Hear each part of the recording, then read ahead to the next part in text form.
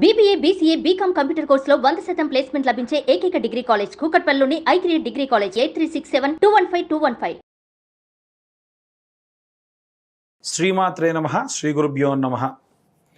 June మాసంలో ద్వాదశ రాశుల వారికి ఎలా ఉంది అనే విషయాన్ని ఇప్పుడు మనం తెలుసుకుందాం. తదుపరి మీనరాశి వారికి జూలై నెలలో ఎలా ఉంది అనే విషయాన్ని ఇప్పుడు తెలుసుకుందాం. మీనరాశి వారికి ఏంటంటే ఏలినాటి శని ప్రభావం అనేటువంటిది ఉంది. ఆ ప్రభావం వలన చిన్న చిన్న ఇబ్బందులు ఉంటూనే ఉంటాయి, ఆరోగ్య సమస్యలు ఉంటాయి, శారీరకమైనటువంటి మానసికమైనటువంటి ఒత్తిడి ఉంటుంది, డబ్బు సమయానికి రాకపోవడము, మీరు ఎవరన్నా బయట వారికి మాత్రం ఆర్థిక పరంగా సహాయం చేయాల్సి వస్తే కనుక చేయడము, అదేంటంటే దగ్గర డబ్బులు లేవంటారు, మేము ఎట్లా ఆర్థికంగా సహాయం చేస్తామంటే మీ మాటతో అవతల వాడికి డబ్బులు వస్తాయి, కానీ మీకు తీరాల్సినటువంటి అప్పులు మాత్రం తీరవు. ఇలాంటి సంఘటనలు జరుగుతూ ఉంటాయి. ముఖ్యంగా ఎసెట్స్ సేల్ చేసుకోవడం అంటే ప్రాపర్టీ సేల్ చేసి అప్పు తీర్చాల్సి రావడం మాత్రం ఈ యొక్క మీనరాశి వారికి సహజ సిద్ధంగా ఉన్నటువంటి కాలం. వీలైనంత వరకు మీరు ఏదైనా ఎసెట్ సేల్ చేసినప్పుడు మీకున్న ప్రాబ్లమ్స్ సాల్వ్ అయినా మళ్ళీ ఇంకో చోట ఇంకొంచెం దూరంలో అయినా సరే ఇంకో ఎసెట్ని కొనండి, అంటే ఒక ప్రాపర్టీని కొనండి.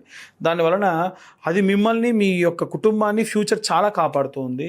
అలాగే మీనరాశి వారికి ఆ యొక్క రాశిలోనే శనిగ్రహ సంచారం ఉండడం వలన ఒక రకమైన లాభం ఉందండి. ఎందుకంటే నేను ఉండడమే ఇతని యొక్క గ్రహంలో ఉన్నా కాబట్టి ఇతని జాతకంలో కనుక శని ఉచ్చస్థితిలో ఉంటే పీడితం తక్కువగా ఉంటుంది. అంటే ఏలినాటి శని ప్రభావం వలన ఏవేవి జరగాలో అవన్నీ మీకు స్టార్ట్ అయిపోయినాయి, జరిగినాయి, ఇబ్బందులు పడతానే ఉన్నారు.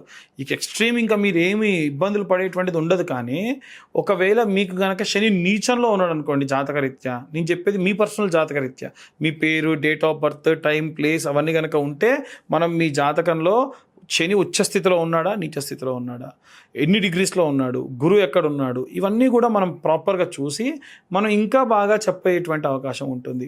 అలా చూసుకొని ఒకవేళ శని కనుక నీచంలో ఉంటే ఏం చేయాలి అని అంటే ఇప్పుడు శని జయంతులు లాంటివి వస్తాయి. అంటే వైశాఖ అమావాస్య నాడు శని జయంతి వచ్చింది. అలాంటప్పుడు ఏం చేయాలి, తిలా హోమాలు లాంటివి చేసుకోవడం మంచిది. అలాగే ఏవైనా శని త్రయోదశి సమయంలో ఎక్కడన్నా బ్రాహ్మడు మంచి సంధ్యావందనం చేసుకునే బ్రాహ్మడు ఉంటే అతనికి మీరు శని దానాలు చేయడము, కళ్ళు లేని గుడ్డి వాళ్ళకి ఏదైనా సరే కాస్త తినేదానికి దానాలు చేయడము, ఆర్ఫనేజ్ స్కూల్స్ ఏమైనా ఉంటే ఆర్ఫనేజ్ స్కూల్స్లో మీకు తోచిన సహాయం చేయడము. ఎందుకంటే ఇంతకు మునిపే చాలాసార్లు చెప్పాను నేను, గుడ్డి వాళ్ళకి అలాగే అనాథ పిల్లలకి మనం ఎటువంటి సహాయం చేసినా శని చాలా సంతృష్టుడవుతాడు, జాతకరీత్యా ఉన్న ఇబ్బందులు కూడా పోతాయి. ఇంకొక విషయం అండి, ఏలినాటి శనితో ఉన్నటువంటి వారందరికీ, ఒక వృద్ధాప్యంలో ఉన్న వాళ్ళకు పాపం ఈ విషయంలో నేను ఏం చేయలేను, కానీ మిగిలినందరికీ కూడా అంత అద్భుతమైనటువంటిది అంటే మీ యొక్క తల్లిదండ్రుల యొక్క పాదములు కాస్త పుట్టమన్ను లేదా ఎర్రమట్టిలో కడగండి, ఆ బేసన్లో పెట్టి పోసి కడగండి. మీ తల్లిగారిది, ముఖ్యంగా మీ తల్లిగారి యొక్క పాదములు కడిగి ఆ తర్వాతకి ఆమె కాళ్ళని ఇంకో బేసన్లో పెట్టి శుభ్రంగా కడిగేసి పక్కకి వెళ్ళమని చెప్పి ఆ మట్టి మొత్తాన్ని కూడా వాటర్ అంతా తీసి ఎండబెట్టి మెరుపు కాగితం అంటారు కదా, బాగా పల్సగా జల్లెడ పడితే సన్నగా మీకు పొడిలాగా వస్తుంది. అది మీ ఇంట్లో ఉన్న పిల్లలందరూ షేర్ చేసుకోండి, ఆ తల్లికి పుట్టినటువంటి పిల్లలందరూ కూడా షేర్ చేసుకొని నిత్యం దాంట్లో ఒక్క రవ్వ సంపెంగ నూనె వేసి పెట్టుకొని దానిపైన కుంకుమ పెట్టుకుంటే ఏలినాటి శని ప్రభావం వల్ల కలిగే చాలా చాలా ప్రాబ్లమ్స్ అన్నీ కూడా ఇంత చిన్న వాడితో పోతాయి. అంటే యాక్సిడెంట్ జరగాలి, ఎవడో సైకిల్ వచ్చి కుదుతాడు, అది యాక్సిడెంటే. కాబట్టి గుండెల్లోకి దిగేవి గీరుకుంటూ వెళ్ళేట్టు చేసేటువంటిది ఏంటి అంటే తల్లి పాద ధూళి.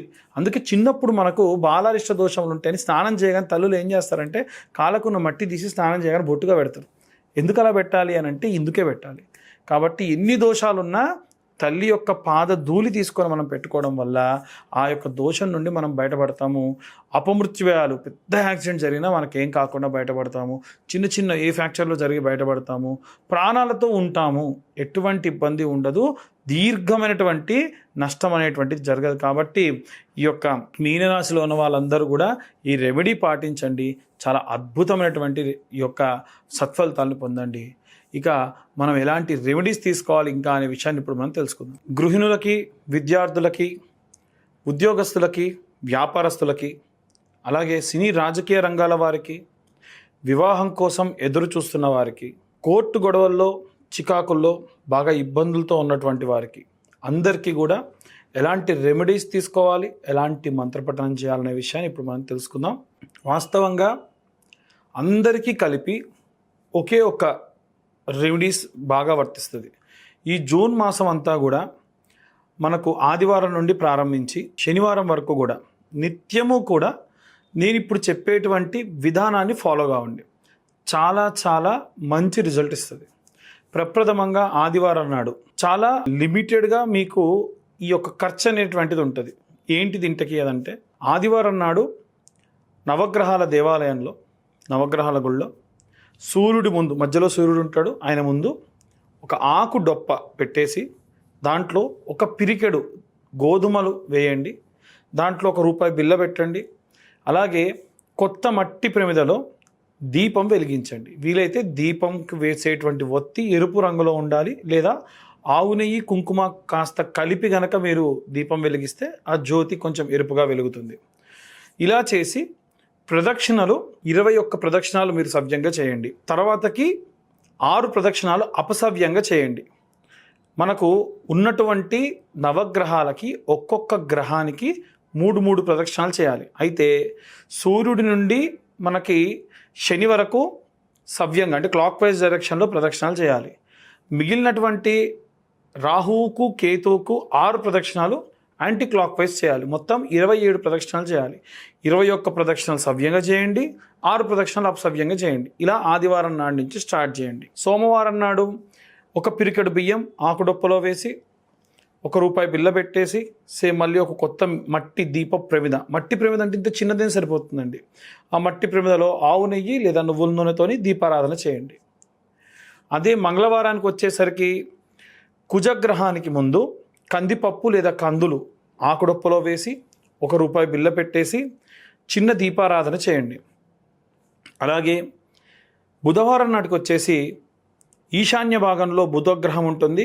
ఒక ఆకుడొప్పలో పెసరపప్పు లేదా పెసలు వేసి ₹1 బిల్ల వేసి దీపారాధన చేయండి.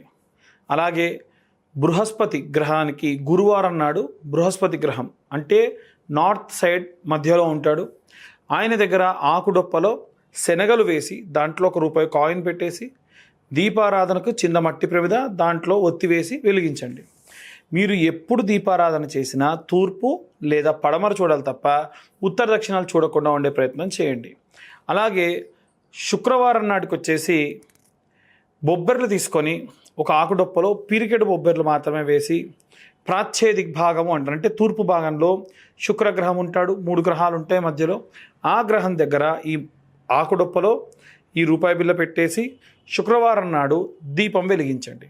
శనివారం నాడు నువ్వుల నూనె, పడమర దిక్కున మనకి 3 గ్రహాలు ఉంటాయి, అందులో మధ్యలో ఉండేటువంటి గ్రహమే శనేశ్వరుడు. కాబట్టి మట్టి ప్రమిదలో దీపం నువ్వుల నూనెతో వెలిగించాలి. ఆకుడొప్పలో నువ్వులు పోసుకొని ఒక చిన్న గ్లాసుడు నువ్వుల నూనె స్వామివారి పైన వేసి కాసిన్ని నువ్వులు కూడా వేయాలి. ఎట్టి పరిస్థితుల్లో ఎవరు కూడా విగ్రహాన్ని తాకరాదు. ఏ నవగ్రహాల్లో ఏ విగ్రహానికి తాకొద్దు. చాలామంది బెల్లం పెట్టాలి లేకుంటే బొట్టు పెట్టాలని చెప్పేసి విగ్రహాన్ని తాకుతూ ఉంటారు. అలా తాకాల్సిన పని లేదు. కావాలంటే ప్రతిరోజు కూడా ఇంత చిన్న బెల్లం ముక్క నైవేద్యంగా కూడా పెట్టచ్చు. అలాగే మనకి రాహుకేతువులు ఉంటారు కదండి మరి అని చాలామందికి డౌట్ వస్తుంది.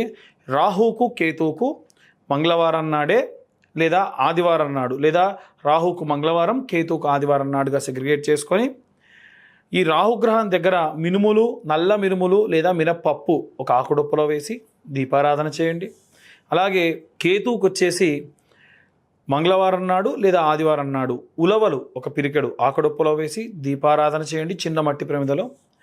ఇలా నవగ్రహాలకి కూడా మనము నిత్యము ఈ నెల రోజుల పాటు కూడా చేసుకోవడం వలన నవగ్రహాలు మన జీవితంలో దశ అంతర్దశ విదశల వారీగా వస్తూ ఉంటాయి. కాబట్టి నేను చెప్పినటువంటి అందరికీ, పిల్లలకి, గృహిణులకి, ఉద్యోగస్తులకి, వ్యాపారస్తులకి అందరికీ కూడా చాలా చాలా ప్రశాంతంగా ఉంటుంది.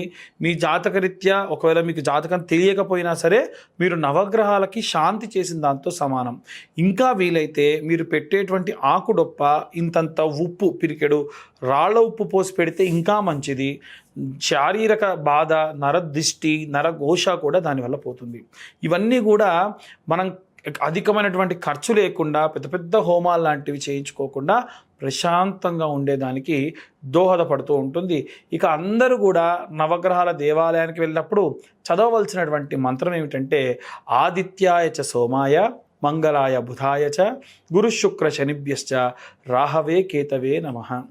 అలాగే జూన్ నెలలో స్కందాషష్ఠి వస్తుంది. స్కందషష్ఠి రోజున జంట నాగులకు వీలైతే క్షీరాభిషేకం చేయండి. స్కందగిరి లాంటి టెంపుల్స్ కానీ లేదా మోపిదేవి లాంటి దేవాలయానికి కానీ పళని కుక్కి లాంటి దేవాలయానికి వెళ్తే కనుక అక్కడ స్వామివారికి ప్రత్యేక పూజాదులు నిర్వహించుకోవడం వల్ల కుజగ్రహ వల్ల వచ్చేటువంటి కుజదోషం వల్ల కానీ సర్పదోషాలు కూడా తొలగిపోతాయి. ఇవన్నీ కూడా మనం గోచార రీత్యా చెప్పేటువంటి విషయంలో మాత్రమే. పూర్తిగా మీ జాతకం కావాలి అనుకుంటే మీ పేరు, మీ date of birth, time, place ఇవన్నీ ఉంటే మనం ఇన్ డీటెయిల్డ్గా డెప్త్గా జాతకం 60 నుండి 70 పేజీల్లో మీకు అందించి ఈ 2025 సంవత్సరంలో కేవలం 2025 రూపాయలు మాత్రమే ఛార్జ్ చేయడం జరుగుతుంది. మీతో హాఫ్ అన్ అవర్ నుంచి 1 అవర్ వరకు డీటెయిల్డ్గా మీ జాతకం గురించి మాట్లాడి విశ్లేషణతో మీకు ఆ PDF కూడా ఇవ్వడం జరుగుతుంది. సర్వే జనా సుఖినో భవంతు. స్వస్తి.